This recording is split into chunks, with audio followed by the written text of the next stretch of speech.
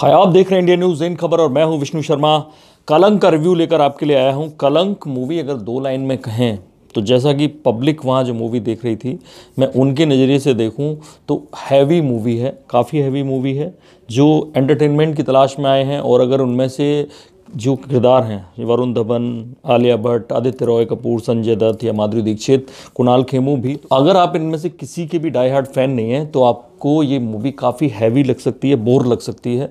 लेकिन फिल्म में एक बात तय है, काफ़ी पैसा खर्च किया गया है, काफ़ी मेहनत की गई है, सब्जेक्ट थोड़ा अलग है, तो लोगों को, जो लोग अलग तरह की मूवी देखना चाहते हैं उनको पसंद आएगी। मैं बता दूं, धर्मा प्रोडक्शन की है। करण जौहर और उनके पिता यश जौहर ने कभी 15 साल पहले इस मूवी का सपना देखा था और तब शायद इस मूवी का नाम हीरा मंडी रखा गया था और श्रीदेवी को उस रोल में साइन किया गया था जिस रोल में आज माधुरी दीक्षित हैं। तो कहानी दो तरह से चलती है। एक, जो वहाँ के हीरा मंडी कहाँ है, हीरा मंडी लाहौर का बहुत बड़ा बाज़ार है, जो एक तरफ तवाइफ़ों के लिए जाना जाता था, एक तरफ वहाँ लोहारों के लिए जाना जाता था। और लोहारों ने जो अंग्रेज़ों से जंग ली वो एक अलग बात थी जो हिस्ट्री में है।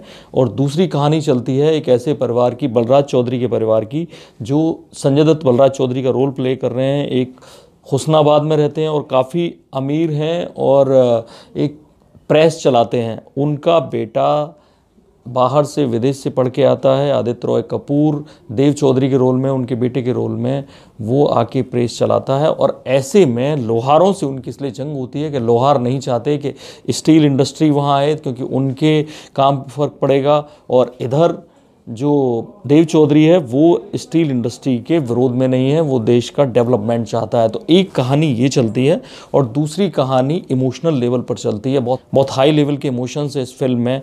देव चौधरी की वाइफ के रोल में है सोनाक्षी सिन्हा। सोनाक्षी सिन्हा को कैंसर है और इसलिए वो चाहती हैं कि उनकी ज़िंदगी में कोई और लड़की आए और इसलिए आलिया भट्ट से शादी करने के लिए उन्हें मजबूर कर देती हैं। और आलिया भट्ट और देव चौधरी का एक बिल्कुल अलग सा रिश्ता है, शादी है लेकिन प्यार नहीं। तो लोहार यानी वरुण धवन जफर के रोल में, उनका एक अलग रिश्ता है उस चौधरी परिवार से। वो बलराज चौधरी की नाजायज औलाद हैं। यहीं से कैसे वो प्यार के जाल में फंसाता है चौधरी परिवार की उस बहू को और कैसे इंतकाम लेता है और कैसे जो लोहारों का जो नेता है यानी कुणाल खेमू, वो कैसे बाद में पागल होता है। तो ये इमोशंस और जो सांप्रदायिक समस्या है वो दोनों मिलकर इस मूवी को आगे बढ़ाते हैं। इसलिए मूवी बड़ी हैवी लगती है क्योंकि 1945 के आसपास की कहानी फिल्माई गई है, उस तरह के सेट लगाए गए हैं और ऐसे में कई बार इतने भव्य सेट लगाए गए हैं जो उस कहानी से मैच नहीं करते। और कई बार आप उसमें दिमाग लगाने की कोशिश करते हैं मूवी में तो कई चीज़ें कन्विंस नहीं करती।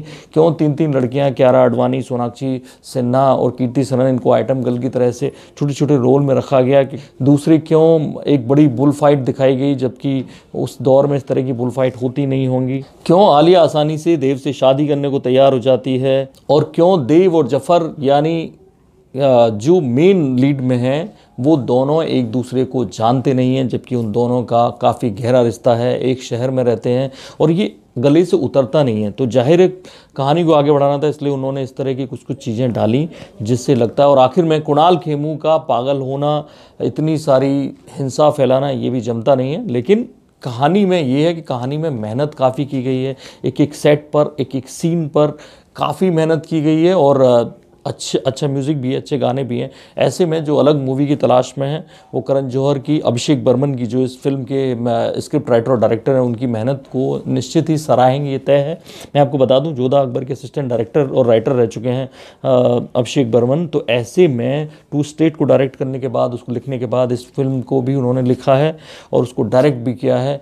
एक हो सकता है कुछ लोग आएँ जो कहें कि बड़ी बेकार मूवी है, मज़ा नहीं आया, और कुछ लोग इस मूवी की तारीफ़ करें क्योंकि क्राफ्ट के नज़रिए से देखेंगे तो फिल्म स्टार कास्ट से सजी है और काफ़ी मेहनत की गई है। वो मेहनत आपको साफ नज़र आएगी। लेकिन हमें ये लगता है कि 2 घंटे 48 मिनट की मूवी अगर ये 2 घंटे 15 मिनट के आसपास होती, 20 मिनट के आसपास होती तो शायद लोगों को पसंद आई, क्योंकि जो हैवीपन है वो कम किया जा सकता था। तो ऐसे में जबकि मूवी 4200 स्क्रीन्स पर रिलीज़ हुई है, बड़े पैमाने पे धर्मा प्रोडक्शंस ने इसकी मार्केटिंग की है, मेहनत की है, तो और पैसा काफ़ी खर्च किया है, तो उम्मीद लगती नहीं कि इसको वैसा रिस्पॉन्स मिलने वाला है पब्लिक से जैसा कि उन्हें उम्मीद होगी। लेकिन जो अच्छा सिनेमा देखना चाहते हैं, अलग किस्म का सिनेमा देखना चाहते हैं, उनके लिए ये मूवी ज़रूर चॉइस, एक पहली चॉइस बनेगी। और हमारी तरफ से बतौर फिल्म क्रिटिक 3 स्टार इस मूवी के लिए हैं। फिल्म और बेहतर हो सकती थी अगर इसकी लंबाई कुछ कम कर दी जाती। बाकी बड़ी खबरों के लिए देखते रहिए इंडिया न्यूज़। सब्सक्राइब करें इन खबर। थैंक यू, नमस्कार। इन खबर चैनल को सब्सक्राइब करें और बेल आइकन दबाना ना भूलें।